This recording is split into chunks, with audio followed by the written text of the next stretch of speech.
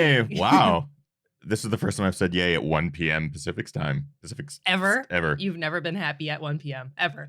I'm still sleeping at this point. What is up, everyone? Welcome to Ginger Runner Live, episode number 292. I might have more energy now than normal. You look very caffeinated right now. Because we just had a cup of coffee. I'm ready to go.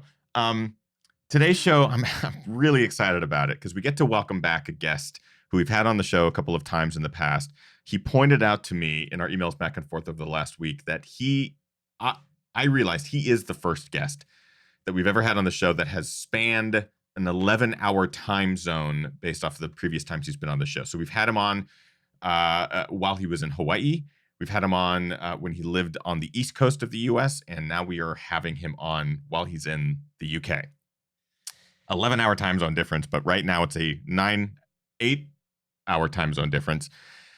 John Kelly is going to be our guest on today's show. We're going to talk about what it's like living in the UK now, transitioning from training and running ultras and stuff like that in the US to now international and abroad, what that change was like, if it's adjusted his training or what's family life like and all that good stuff. And he just recently won the spine race. We've had guests on before who have run this race, and it sounds nuts. As a finisher of the Barkley, John is no stranger to suffering out there in the elements, but it sounds like the spine race was just a next level. So we're going to talk to him all about that on today's show. I'm very excited to welcome John Kelly to Ginger Runner Live. Sit back, relax, everyone. Ginger Runner Live, episode 292 begins now.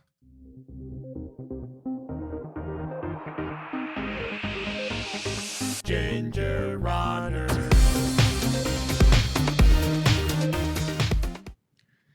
Yay! Welcome, everyone, to Ginger Runner Live, episode number 292. Thank you for taking some time out of your busy Mondays to spend a little bit of it with us. We are early today. This is our first, I believe, Ginger Runner Live taking place before 6 p.m. Pacific Standard Time. It's currently 1 p.m. Pacific Standard Time, and that is because our guest does not live in the U.S. anymore. Our guest is currently in the U.K., Yes. about 8 hours ahead of us, and we wanted to make sure that we could get him on the show, and the only way to do that is fly there. Either fly there. Not a bad idea. We should actually. have done that. Why did What were we thinking? We took the wrong option. Either we fly to the UK or we just adjust our time, and I'm actually excited about this because, well, one, John Kelly, our guest today, is nuts. He's insane. Like, such an incredible athlete, kind, generous friend and family man, and just badass ultra runner. But we get a new audience. Like, that's what's also really cool is I know we have a lot of East Coasters who are joining us today because just around 4 p.m. people probably getting off work, maybe listening on their commute home. But we also have a large European contingent joining us for the live show today. Yeah, and I just want to quickly introduce myself. Kim Tashima Newberry here. I do want to welcome all of the new names and faces in the chat room today. Mm-hmm. I'm seeing a lot of unfamiliar like usernames, which is really, really awesome to see. Obviously, we have some familiar faces in there as well. So welcome, everybody that is new. If this is your first time, hello. We will be joined by John here live. So if you guys have questions for John, ask them in the chat room because we will be pulling through the live show. And that's one thing that we really love about this show is that we get to sort of remove that fourth wall between you and our guest, whoever that might be. So if you have questions for John, this is a great opportunity to ask them. Jump into the live chat and we'll get to those. Now, before we introduce our guests, we do have some individuals that we like to thank at the top of every Ginger Runner Live, and those are our Patreon subscribers. It is because of them that we're able to do this show week after week live and accommodate guests like today's John Kelly. So huge shout out to our Patreon supporters, patreon.com/thegingerrunner. For as little as $1 a month, it basically helps everything we do, from live shows, reviews, films, travel, races. Everything that we do is because of them. 3 individuals in particular at that top tier go above and beyond. We like to mention them during the live shows as well. Chris Lee out of Hong Kong. He has an organization called Trailblazer, which showcases all of the local trails in the Hong Kong region. If you find yourself in that region vacationing or racing, reach out to Chris and go visit Trailblazer. They have a brick and mortar store there and stuff. Fantastic human, just really showcasing what Hong Kong has as far as trail running scene and running scene altogether. Brian Zan's longtime friend, incredibly inspiring individual who has lost over 100 pounds, trained for his first marathon, ran that, trained for his first 50K, ran that. He's currently training for 50 miles and beyond. He's just such a great human and a longtime supporter. So shout out to Brian. And Rick Bjarnason and his team at cheekymonkeymedia.ca. It is because of them that we have a new website, gingerrunner.com. You can go check that out. So big shout out to Rick. And finally, this has been really exciting. For the last couple of weeks, we've been able to shout out our good friends at Sufferfest Beer. They are helping us out and sponsoring the show and our podcast. So if you'd like to just listen to these shows, you don't want to watch, you just want to listen, you can listen to the podcast, which is updated every week as well. So a big shout out to Sufferfest. They've been, I guess we've known them since the beginning, like since the very, very beginning. We used to run with them while they were developing the beers and the company. They've come a long way. It's pretty exciting to be able to drink their beer and get it around the world. So if you would like to find a can of Sufferfest for yourself, there's a link in the description that will show you where you can get it. But they're athletes. They make beer for athletes. It's just really cool. And it's delicious. Before the show, I was like, Ethan, what are we gonna do? Our show's so early today. Are we having a beer? And you're like, I guess it's a lunchtime beer today. It's a lunchtime beer. Day drinking. There is nothing wrong with that. So thank you, Sufferfest. We appreciate you. And I know our viewers do too. Okay. Without further ado, I'd like to introduce our guest who is coming to us from the UK. And I'm curious of what is being devoured over there right now. I am already excited because I know how half of this show is going to go. Like, there's so much to talk about. Without further ado, our guest today, John Kelly. Yay! Well, how's it going Cheers, first? mate. How are you? Cheers, mate. Enjoying some leftover Christmas pudding and a proper glass of squash here. It's great lush. You seem to be adapting to the UK lifestyle quite well. Yeah, somewhat, but who am I kidding? You know, you can take the boy out of Tennessee, but you sure can't take the Tennessee out of the boy. Is that? That's that is brushy mountain moonshine. Yep. That is brushy mountain moonshine. What's funny is stuff. I think the first time I met you was at the park at, oh my God, I keep wanting to say Forest Hill. I don't know why I want to keep saying Forest Hill, but that was the first time I met you. Was not at the prison, but at the Yellow Gate, surprisingly. But they had mentioned at the prison that they were looking at turning it into a distillery. So that is now official. That's a real thing. Oh yeah, yeah. They've this year they started making vodka too. I'm not much of a vodka person, but the moonshine's good. It's the peach cobbler variant. It's just like Mama used to make it. You know. I love it. It's dangerous though. And I keep a nice freezer full of these on hand. Imported Little Debbie cakes. I've got the snack cake black market cornered over here. That's what happens when you live away from home. Like my mom, I'm Canadian, and my mom will ship me boxes of my favorite Canadian treats. Maybe since we are talking about treats and snacks right now, we're starting off right where before we kind of dive in. There's a question from Jarek in the chat room. Jarek says, John Kelly, what is your favorite British candy or treat? And favorite is spelt in the Canadian and British way in the chat room. Right? Yeah. Yes. Well, that's a tough one. The squash, really, this is amazing. It's the super concentrated big bottles of fruit juice that you just pour a little in, add some water, and you have a delicious drink, and your bottle of squash lasts forever. But geez, I really went to town on some mince pies leading into Christmas. There was some stat I heard that like the average UK person has 7 mince pies in the Christmas season. I think that was like daily for me. So that one is up there. Cadbury has some treats that I've grown quite fond of. Overall, I'd say that I'd give Cadbury the edge over Hershey's, to be honest. But it's the snack cake area that is really lacking, unfortunately. I knew I was gonna talk a bit about what are the differences between living in the South on the East Coast versus in the UK, and I knew one of the topics of conversation was going to be the snack foods because you are an ultra endurance athlete who's accomplished some of the biggest accomplishments in all of sport. You're a Barkley finisher. You're now the winner of the spine race, which is pretty incredible. You have some individual projects that you did last year, which I want to talk about. But I can imagine snack foods have been a regular part of your training. Having known you for a number of years, I know that to be true. How do you get what you used to train with in the US to the UK? Do you just order it online? Do you have friends that ship it with you? Do you go back and visit from time to time? Like, how do you get that snack food craving filled as someone who loves that type of thing? So there are definitely some really good options here. Before the spine, it just so happened that I had to visit home to see family for Christmas and New Year's. So I basically had a suitcase full of bringing snack food back in with me. Mm-hmm. My normal kind of foundation for these types of races is hammer, and I've still been able to fortunately get that supplied over here. Right. But then supplementing it with the normal, so I actually just pulled up my list here, and I brought back Pop-Tarts and crunchy donuts, Little Debbie cakes, oatmeal cream pies, little packaged cherry pies. Yes. But then on the UK side, I've got caramel flapjacks, Cadbury eggs, Millionaire's bars, Jaffa cakes, White Lion bars. Oh, Turkish delights. That's maybe my favorite.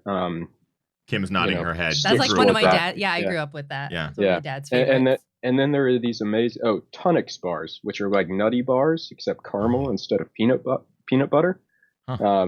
And then these things called jelly babies, which they're like these gummy candies, but really pretty unlike anything we have in the U.S. So you've been able to find less replacements, but more new things to sort of devour and enjoy. Yeah, and it's good to expand the variety that I'm able to enjoy, because you need that in these long events, because too much of pretty much anything and you're done. So. Right. Again, we're live with John Kelly. He's in the UK. We're in the States. I am currently drooling because he just went through a list of incredible snacks. If you have questions for John about anything, we're going to talk about a lot of stuff today, from Barkley to spine race to a really cool adventure that he took part in last year, or attempted last year. I'm definitely going to want to pick his brain as far as how the training for that and the execution and the logistics around that happened. But if you have questions, jump into the live chat room and we'll ask those during this show. Let's first start with transitioning to the UK. So this is a big step for anyone to sort of take on, to pick up, move a family from one country to another country, let alone overseas. We have obviously dealt with, Kim's Canadian, moving to the US. That was a pretty easy transition as far as physically moving. It's much different when you have a family and you're traveling overseas. Why did you transition? And two, how was that process? Was it easy? Is it still going on? Like, that's a big step. Yeah. So the process was pretty crazy at first, especially as last year I decided it would be a good idea to, just give Barkley a go the week that we were moving. No big deal. Fine. Everything will be fine. As someone who knows everything about Barkley and has finished it, no big deal, right? Yeah. So that one didn't turn out for me too well, but made it over here in one piece was the bigger priority that week. And, things transitioned fairly easily. There's, 1,000 or so years of bureaucracy over here. So just like getting set up with a bank account and a driver's license and insurance, and even like getting credit cards. I think I now have a credit card with like a 600-pound limit and a 40% interest rate, because it was like I went back to being 15 years old. I couldn't get insurance. I couldn't open a bank account until I had an address, and I couldn't pay my rent until I had a bank account. So, just these kind of initial chicken and egg things of getting accounts set up and then getting the paperwork proving you got the account set up so that you can then get another account set up. I'm now trying to get my taxes filed on time to see how much I owe the Queen. But outside of that, it's been fairly quick and easy. At least it's the same language. The roads are a bit different. The snack food, as we've already covered, is a bit different. But it's just a little bit of adjustment. And it's been a really a work-related move? Was it a new career opportunity? Yeah. So, well, we established a startup over here, and so our main business was in London. We decided to build out the team in Bristol, which is hour and a half train ride to London if we need to get there, but also just a great place to live, great tech talent, a bit cheaper place to live than London. And so it's been a great opportunity to do that and to kind of learn all these new things and explore a slightly different culture and a new area has been a ton of fun and a great opportunity for me and the rest of the family. I was going to talk about the family because as a kid, I know you have wonderful kids. They're so adorable. I would imagine as a kid just being like so excited to. It's one thing to move houses, right? Like that. I feel like that always broke my heart as a kid. Like, oh, I don't want to leave my friends or that sort of thing. But moving to a new country, that would seem scary and exciting. How has the whole family adapted? Has it been smooth? They've done really well. So we moved out into a village a bit south of the city. Jesse has made some great friends. Our oldest started school and is doing great, and our twins have started a forest school nearby, which has been really cool. Cool. And we got kind of so quickly ingrained that it was a big shock about 6 months after we moved here. To the house that we thought we'd be able to stay in for years, our landlord said, "Oh, we're selling the house. You need to move." So that's when we fortunately managed to find this place we're in now, which is great. But places for rent for a family of 5 out in the British countryside are not too common, especially when we wanted to keep our kids in the same schools, keep my wife in the same community. And that's how we're even a bit farther out into the countryside now, as I mentioned, right next to this 35-year-old stone circle. That's never creepy at all. Like when John and I just connected before the show, John's like, "How's the lighting?" I was like, "It's great." He's like, "Because I'm looking out the window and I see a stone circle." How old is it, did you say? 3,500 years. Just an old stone circle from 3,500 years ago. But bunch of giant. It's like a mini Stonehenge, except there's actually 3 circles out here. So I love it. Just like Tennessee. It's like exactly the same. I want to remind everyone we are live with John Kelly. We're just talking about the new life in the UK. We're going to start talking about training and some of the endeavors that he's taken on in the last year. But before we do, of course, we have some live questions. Kim, you pulled a bunch aside already. What do we got? Yeah, a question from Roberta in the chat room. Roberta wants to know how the trail and ultra running scene compares from the UK to the US. It's a really awesome community in both places. I'd say the biggest difference is here in the UK, just with it being a smaller area, it's more compressed, really. Whereas in the US, you have East Coast and West Coast, and even on the West Coast, you've got Flagstaff, and then you've got Boulder, and then you've got California. Whereas here, it's a bit tighter of a community, and there are these big things like the rounds that just have so much history and so much support behind them. And it's been awesome to really learn more about those traditions and to see how much everyone supports each other and going for some of these big ultra running challenges around here. That was quite different for me with a lot of the self-supported things I'm used to trying in the US. And then I went to do the rounds, and they're like, all these awesome people came to help me out and to even carry my stuff, and I'm kind of like hesitant. And they're like, no, we got this. And it's just how it is here. It's been really cool to sort of follow as someone who is again peripherally connect connected to what's going on in the UK, like being able to be a fan of the sport and what's happening in the rounds and what people have, the history of the sport there and what people have done over the decades.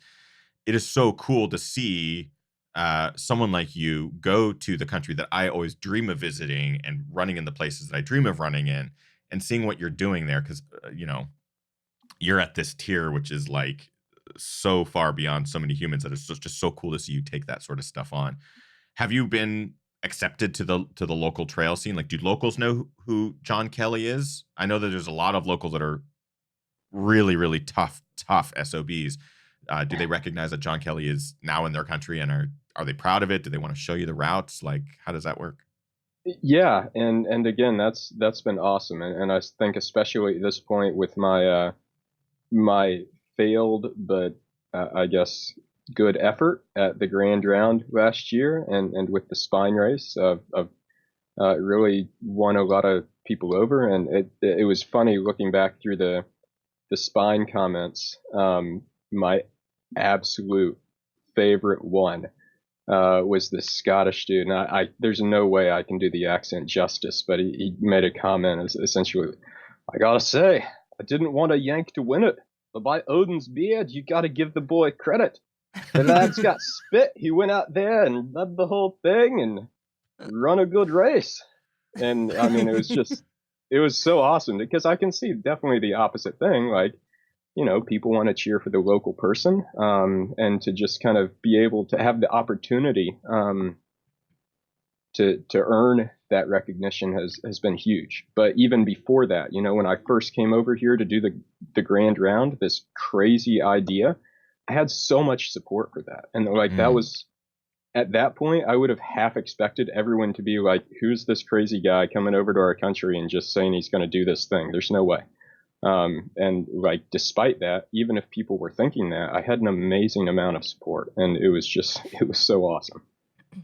There's so much history in the UK, and there's so much talent that may not make a global stage, but is just, ripping the local trails and the routes. And I can't wait to hear more about the Grand Round. I know the Bob Graham Round only through videos and through social media and following athletes and stuff that have done that or have expressed interest in it. So I can't wait to hear more about the Grand Round, which was a crazy project. But again, we do have some live questions. Let's get to one more, and then we'll start talking about that. It was Sure. the question I pulled was in regards to the Grand Round. A question is from Joanne, and Joanne says, "John, when are you planning on attempting the Grand Round again? We're hoping to get up there and support." So I'm gonna give that another go sometime this summer. This time I'm going to give myself a bit of a sliding window on the start date so that I can hopefully avoid the absolute most horrific of the weather. Something that large in in the UK, really, it's in Wales, England, and Scotland. I know there's no way that I can entirely avoid bad weather, but just hopefully not have it quite as bad as last year. So help sort of set up what the Grand Round is. We'll get to the spine race here in just a second, because that, again, an incredible accomplishment. But the Grand Round it's the Bob Graham Round plus what else? And you added some bonus to it, I believe, but kind of give us the setup of the stage. So the three classic UK fell running rounds, at least on this island. There's some more in Ireland and Northern Ireland. But there's the Paddy Buckley Round in Wales, in Snowdonia National Park. And then there is the Bob Graham Round in England in the Lake District. And then there is the Charlie Ramsey Round up in Scotland. And so my idea, my excitement of coming here, I wanted to take in as much as I could as while I'm here. And I'd known these things for quite a while. And it just seemed like such an amazing challenge, and something that would really combine my passion of mountain running and exploration with my love of cycling, if I could do them all consecutively and ride my bike in between each one of them. Because why not? Because these rounds in themselves are really big undertakings, right? Like the Bob Graham Yeah. round, they're hard. They're really difficult. Yeah, so each one of them, the goal usually is to finish each individual round within 24 hours. Right. Each of them are, a bit over 100K, 25K or so feet of climbing, and it's over these fells, which can have pretty tough conditions underfoot and pretty rough weather conditions to boot. And it's not like a U.S. style trail where you're following switchbacks and stuff like that. It's primarily done fell style, straight Yeah, down. And that's one of the cool things about kind of fell running. There are places, especially on Bob Graham, which is more heavily done now, where paths have been kind of worn in on some of the more popular sections. But for the most part, well, really the only requirements of these rounds are that you hit each of the peaks Right. Okay. along the way. And so how you do it is up to you. And so that's something that to me is kind of the essence and inspiration of mountain running is not, yeah, I'm going to follow that trail and see kind of where it goes. You see that peak over there? I'm going to run up that peak. Yeah. And that's what the entire round is. I'm going to run up that peak, and then I'm going to run up that one, and then that one over there. And so, yeah, a lot of the way, there's not really anything you're following. It's just kind of a grassy, muddy field or a rocky field of boulders or what have you. I like that. Just the round itself is like, wow, what incredible. And then to link up the 3 rounds plus cycling between them. So that's the interesting thing. Because cycling between them, these are not close in proximity. It's not like, oh, I finished this round, I'm going to run 2 miles to the next starting point. You're cycling over 100 miles, pretty much between each, right? Yeah, it's about 190 between the first two, and then about 220, 230 to the third one. No sleep. So, You're going yeah, right through. I mean, no, I slept some. I didn't get as much sleep as I planned because my schedule kept slipping because of the weather and some other issues, and that resulted in me getting less sleep. And at the end, it's one thing to be fighting sleep if you're out running on the trail. It's another if you're biking up a busy Scottish mountain highway. So Right. I didn't feel safe at that point. This next time, I'm going to give myself a bit more of a buffer to ensure I get sleep, to plan a better schedule, and we'll see how that goes. But yeah, like I said, it was quite terrifying of an undertaking when I set out. But it's one of those things that, like, to me, struck me as right at the edge of possible. I had my serious doubts as to whether I could complete it, but I knew that if I gave it a go and fell up short, that I would be so much more prepared to actually complete it than as if I had taken baby steps of success. I would rather go big and fail and learn a ton than take these small baby steps. And sure, I'll never fail, but it takes me much longer to get to the ultimate goal. It's funny you say that because as soon as you did, it made me realize that's exactly how Barkley was for you. It seems like each time you did it, I mean, your first attempt you did incredibly well, and every time after that was just a giant leap forward, and you finally completing it. Do you think that's how you accomplish so much of what you do, is by taking these big bites out of really difficult things, proving to yourself you can do it, and then giving it another shot and just continuing to try to fail big? I think so. And, I don't want to downplay the importance of having sort of intermediate goals that can produce success and produce positive feedback. I think that's extremely important.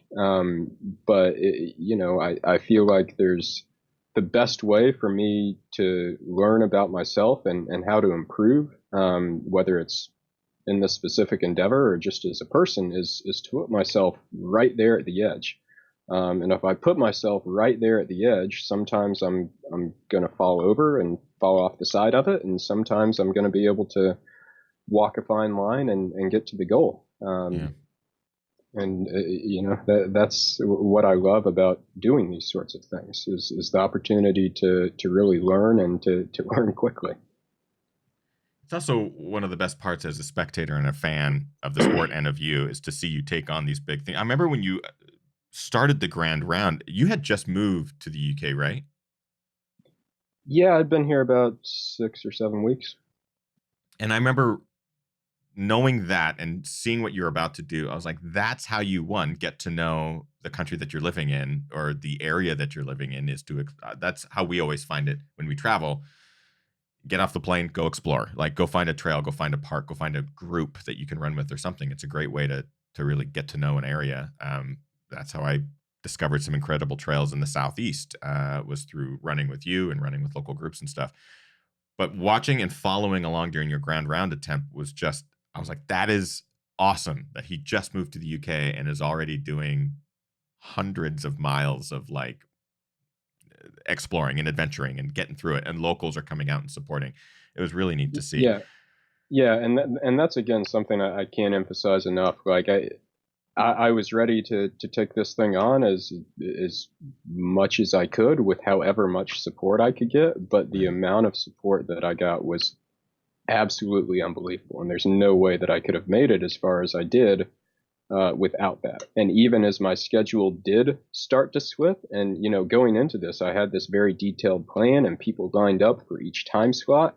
And as my schedule slipped, like as I'm out there on the bike and whatnot, like in the background, all these people are communicating and just like hopping in out of nowhere to fill these time slots that are now blank because my schedule is off. And even if I had made it up to Scotland, like there were people ready to go up there in Scotland. And so, I mean, it was amazing to see and something that I immediately felt like there's no possible way that I can in any way, pay this support back or thank people other than, perhaps the best way is giving it another go and proving that their support was worthwhile. No doubt. What's really neat is just like in the chat room alone, there's multiple people saying like, whenever he does it, we'll be there. We're already planning on being there. Like, that's really neat to see the support. And it was so cool to see. That's how we were able to follow it, was a lot of locals sharing videos of you riding through townships or coming off of a mountain and just watching and seeing you go through these areas with large swaths of locals cheering you on and helping you and high-fiving and giving you food or whatever you needed. I was like, this is really cool. That's actually, I mentioned Jelly Babies earlier. That's how I got introduced to Jelly Babies, was this guy was tracking me and just came out to wait for me on my bike section and stopped me and handed me a drink and this bag of Jelly Babies. And I was like, what is this? I'm like, stuffed it in my pocket later. I'm like, oh my God, this is so good. If you are watching, person who gave John the Jelly Babies, he wants more. He's almost out. He needs more. I've also got to say, this is a really good Christmas pudding. They come in a number of different variants that I've tried. Definitely one of my favorites. I don't know what's in it, but good stuff. We can take a Christmas pudding break while Kim has a bunch of live questions here that she pulled from the live chat room about the Grand Round, about other things. We're going to talk about the spine race for sure. So what do we got, Kim, for John? Yeah, maybe this will dovetail nicely into the spine race conversation. Robin in the chat room says, after moving to the UK, how long did it take to get the spine race on your radar? Or did you always want to do it and moving to the UK was the perfect opportunity? Definitely that. The spine race was another one of those things that kind of I had heard about. I don't know how far back. And I had said, wow, that is really awesome. I would love to do that. But when am I going to do that? How am I going to get to England in early January? We found out for sure that we were moving to the UK in like, I don't know, November or so. And so I I signed up for it as soon as it opened in January, within like days of Jasmine's finish last year. So I signed up for it 3 months before we even arrived in the country. Was pretty thrilled about the opportunity to do it. You bring up Jasmine and of course Nikki Spinks and these incredible names that have come out of UK and are just dominating the sport. Have you got a chance to run with any of them or meet them or share trails? So I've met both of them a number of times. Nikki was at Barkley last year. Right. Jasmine actually was a crazy coincidence. After I finished, after I DNF'd my grand round last year, and I went back to Keswick, where the Bob Graham starts and finishes. It starts and finishes at Moot Hall in the village center.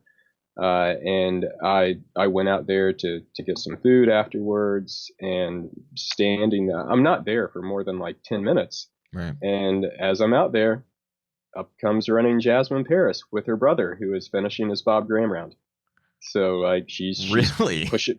Yeah, she's pushing the stroller with her baby up through the village center, and there it is. So I had a chance to chat with her for a bit, and I've shared some emails and whatnot after the spine. So both her and Nikki and everyone else I've interacted with have been wonderful people and just very, very down to earth, and again supportive of whatever crazy challenges people are taking on. I love that. I think that's what an amazing coincidence, but also a testament to, I just think, the local trail running community, only from what I can imagine. I want to start talking about the spine race. So in my naive days, before I got a chance to visit London, which was back in 2012 or 11, before then, I always imagined the UK with beautiful rolling green hills and glades and just this like beautiful countryside. It never dawned on me just how monstrous it can be and how difficult that terrain can be with weather and storms. And, you know, I don't think of giant mountains like you do in the States, like the Rockies or anything through the middle of the western side of our continent. But the UK has so many unique challenges that I'm now very aware of, including the spine race. Can you sort of describe what sets the spine race apart from anything that you would find in the United States? Because it isn't just a 200 plus mile event. It's like, it's crazy. It's crazy. How is it different? Yeah, How does it special? The terrain, like you mentioned, and the weather conditions are just something that really you have to experience. And I first saw that when I was doing the Grand Round and out on the Paddy Buckley Round, and a big issue was I'd underestimated how much the weather would matter. It gets wet, and all of these big boulders and rocks and other features underfoot get wet, and like there's no way that you can move at any kind of speed. And then everything is muddy and boggy. And again, when I very first started that, I even told the guys, like, you know, I really like to keep my feet dry. So if there's like a slightly longer path we could take that would maybe keep my feet dry, then let's go for that. And, you know, they just wholeheartedly laughed at me. And you know, my dry feet lasted, I think, 10 minutes. So you get out in these areas, and it is just, it's constant mud. It's constant muck. And as I was introduced to about a month ago, these unbelievable bogs that are just like straight out of Hollywood. I didn't think this stuff actually existed. I thought they had just invented it for like Indiana Jones movies. Where I'm running along, and like it looks like perfectly good path through this field in front of me, and all of a sudden I step, and I am up to my waist in this muck that like I physically cannot move my legs. For a minute, I think that I'm going to have to like wait on someone to come pull me out of this stuff. Oh my God. Before like using my pole to reach forward, find solid ground, and like slowly go forward onto my stomach and grab the solid ground and pull myself out. So that's the kind of stuff you have to run through. The trails are these footpaths that go through these fields that a lot of times the footpath could be like some guy walked across the field with his sheep 1,000 years ago, and so like now it's a designated national footpath, but like there's really nothing there. Like there's nothing distinguishable as a trail.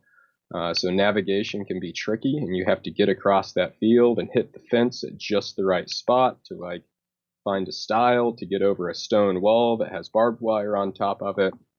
And then most of the time you're being buffeted with just unbelievable winds and rain. It's always raining.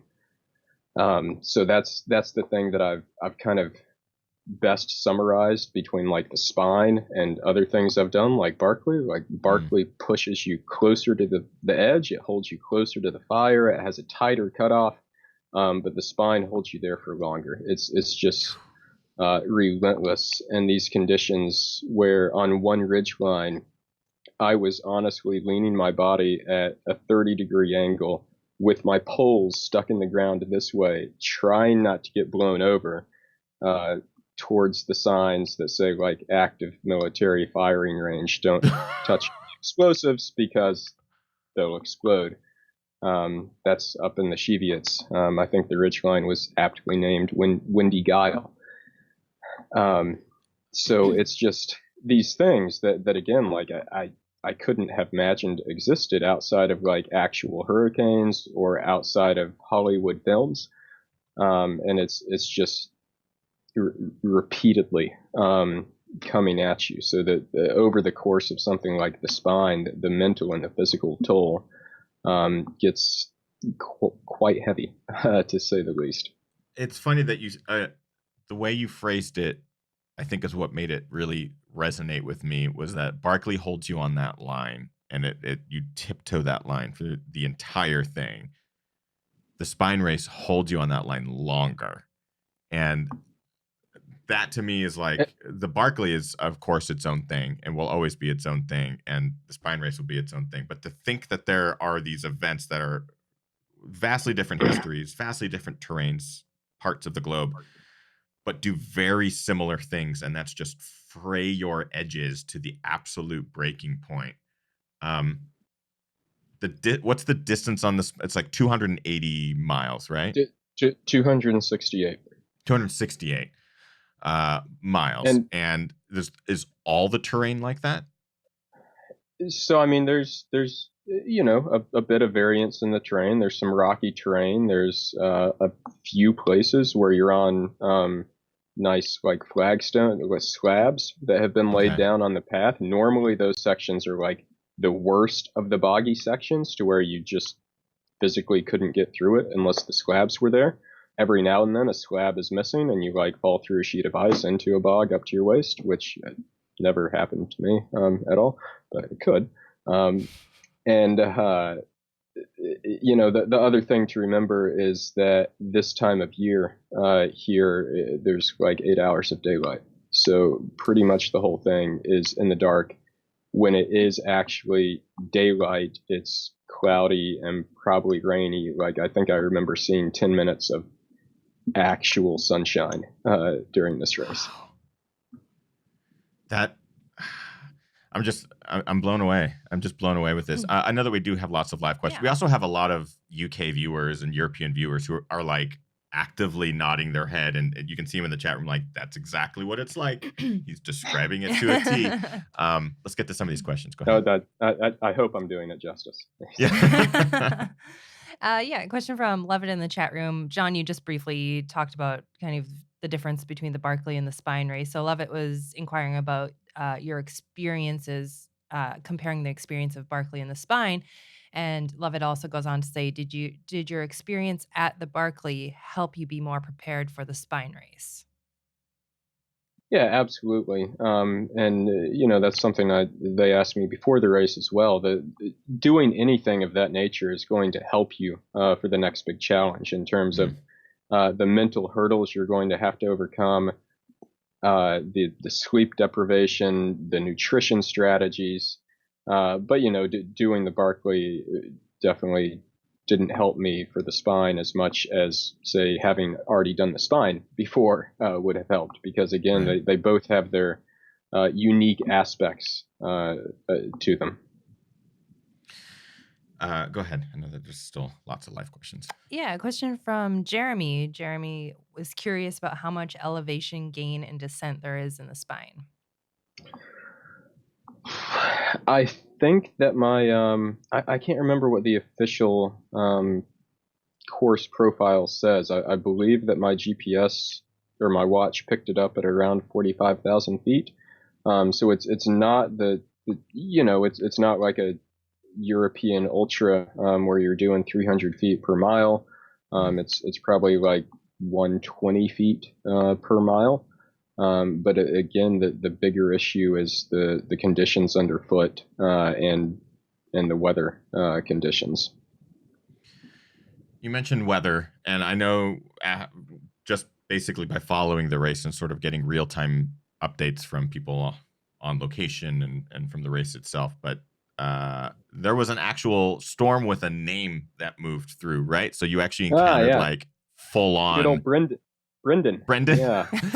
So you had, not only did you have weather probably throughout the whole thing, but you had a storm that moved through that had a name. Like usually when storms have names, they're pretty bad. Yeah. What happened? Yeah.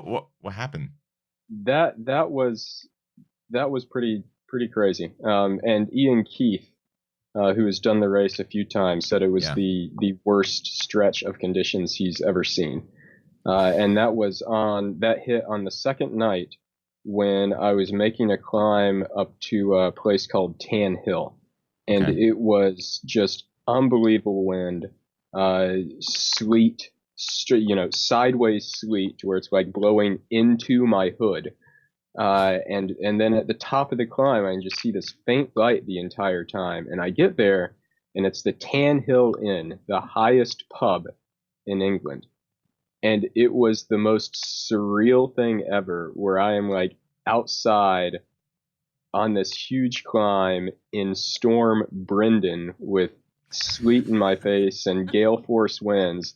And then I step through these doors, and it's like this nice, warm, cozy pub. It's around dinner time, and the patrons are there, like, well done, John.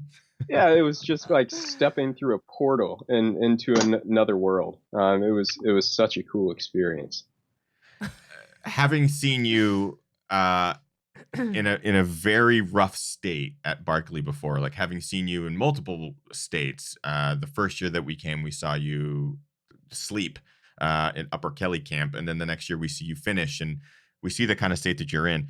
When you walk into England's highest pub after encountering Storm Brendan, climbing up a mountain, probably been out there for tens of hours. Is your brain processing what's going on at that point? Because you're pushing through your limits here.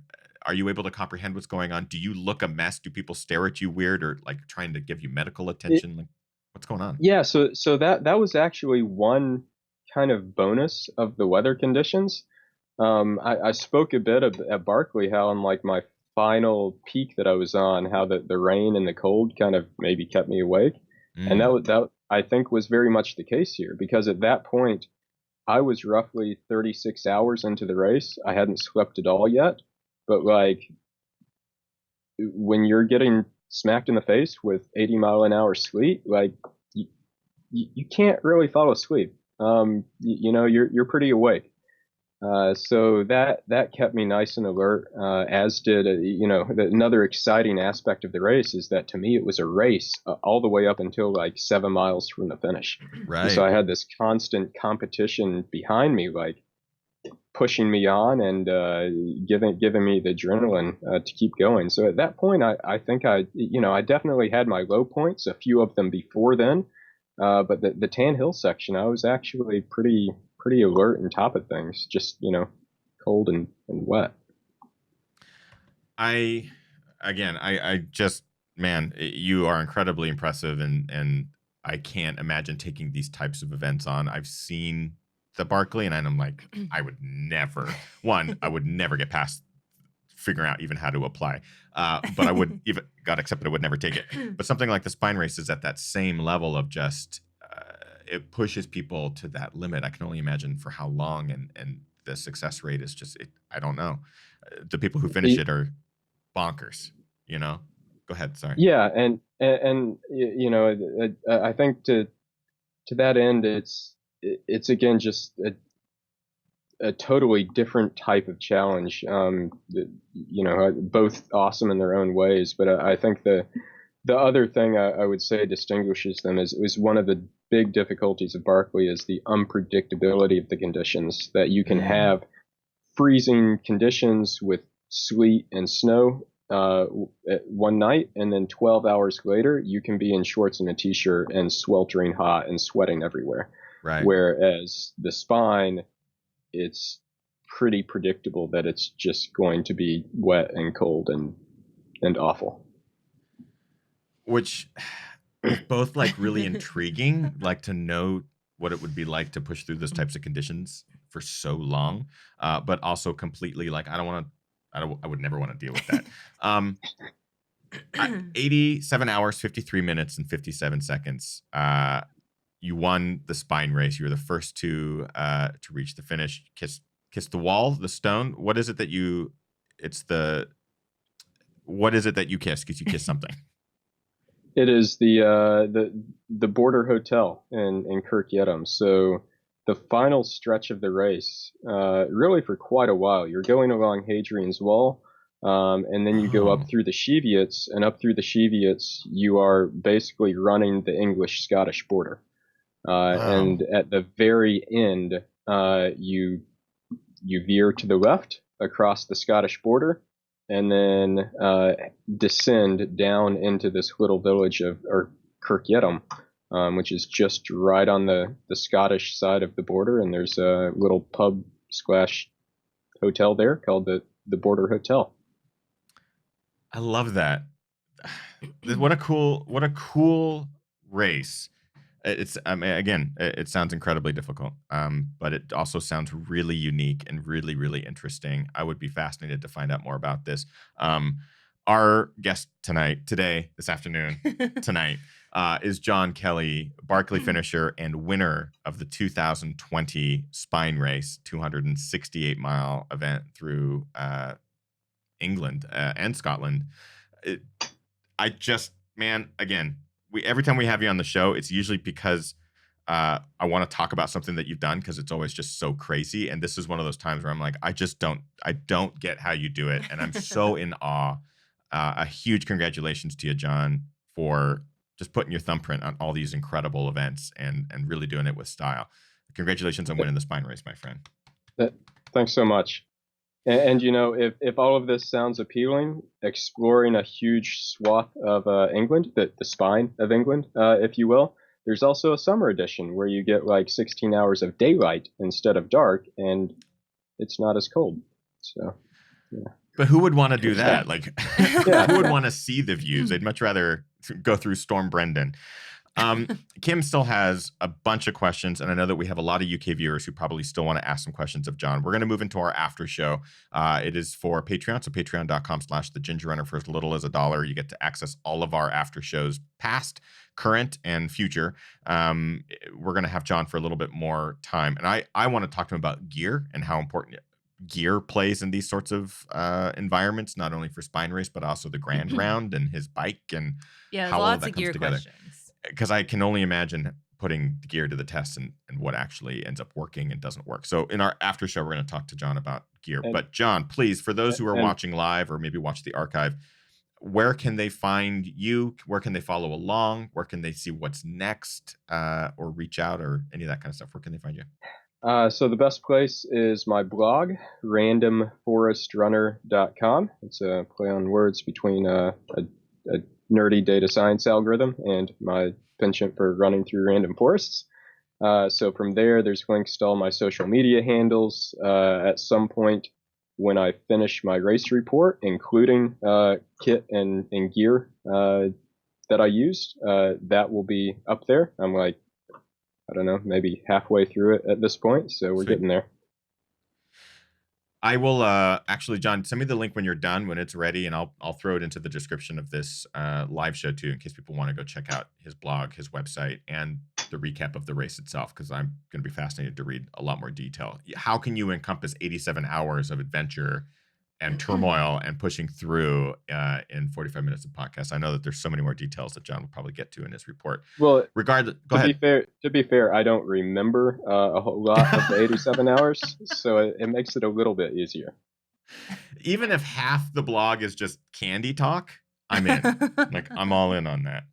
A huge thank you to our guest today, John Kelly, for taking some time out of his evening. I know that it's late where he is to spend a little bit of it with us on the show, and to thank you, our live viewers.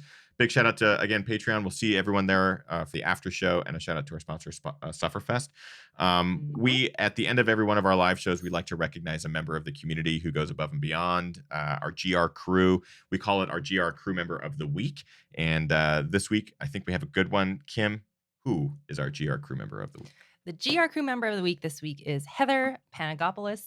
And Heather says, I'm returning to training after a year off due to family obligations. I'm training for the Napa Half Marathon in March. Saturday, I ran the Brazen Coyote Hills 10K and earned a new 10K PR. Nice. So congratulations, Heather. Way to go, Heather. Congratulations on being GR crew member of the week. So we can't wait to share more GR crew members in the coming weeks. We have lots of really fun guests already lined up for this year. Grayson Murphy, Myrna Valerio is going to be joining us on the show. We love her. It's off to a great start, and John Kelly, of course, is no exception. We're going to move right into the after show with John. So join us there if you haven't already. Otherwise, go follow him on social media at Random Forest Runner, and follow on his blog, which I will link to once it's done below this podcast. Yes. And Tiger Claw registration. It opens up on February 6th to the public. Patreon members get advanced, depending on the level, we'll get some advanced registration opportunities. You're not going to want to miss that. It's going to be bonkers this year. We're very excited. That's it, everyone. Thank you so much for tuning into Ginger Runner Live, episode number 292 with John Kelly. Get out there, train harder, race harder, and race hard. Train hard. This is the first time I've messed up. It's too early. My brain hasn't. Train hard, race harder, party hardest. We'll see you guys next week. Bye. Goodbye.